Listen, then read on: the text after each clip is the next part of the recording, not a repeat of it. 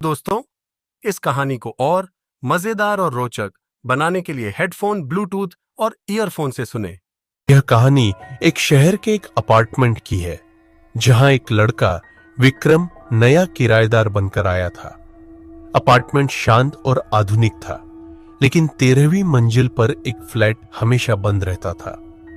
हर दिन विक्रम उस फ्लैट से अजीब सी आवाजें सुनता, कभी हंसी, कभी किसी के चीखने की। लोगों का कहना था कि वो फ्लैट श्रापित है और जो भी उस दरवाजे के अंदर गया वो कभी वापस नहीं आया।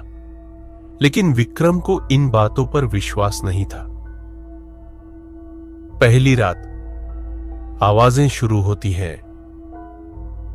विक्रम की पहली रात उस फ्लैट के नीचे वाले फ्लोर पर शुरू हुई। रात के 3 बजे उसने अपनी छत से किसी के चलने की आवाज सुनी। उसने इसे नजरअंदाज कर दिया, लेकिन तभी उसके दरवाजे पर तेज दस्तक हुई। दरवाजे के पीछे एक औरत की आवाज आई, मुझे अंदर आने दो, प्लीज मेरी मदद करो। डर के मारे उसने दरवाजा नहीं खोला, लेकिन जब उसने दरवाजे के छेद से देखा तो वहां कोई नहीं था, पर वो आवाज लगातार गूंजती रही। दूसरी रात जब विक्रम अपने लैपटॉप पर काम कर रहा था, तभी उसके कमरे की लाइट झपकने लगी। उसने देखा कि उसका सामने वाला दरवाजा धीरे धीरे खुद खुल रहा है, लेकिन अंदर कोई नहीं था।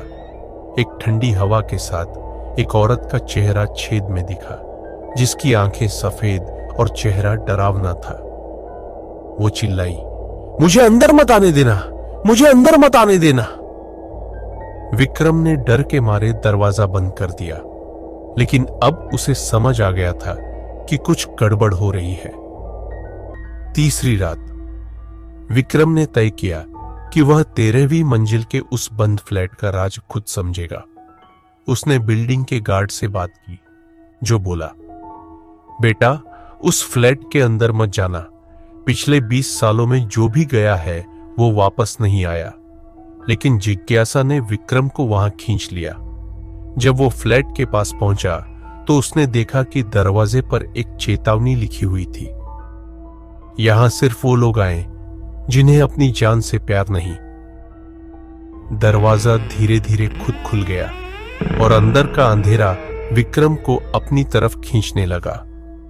उसने अंदर एक औरत को देखा जो शीशे के सामने बैठी अपने बाल खींच रही थी।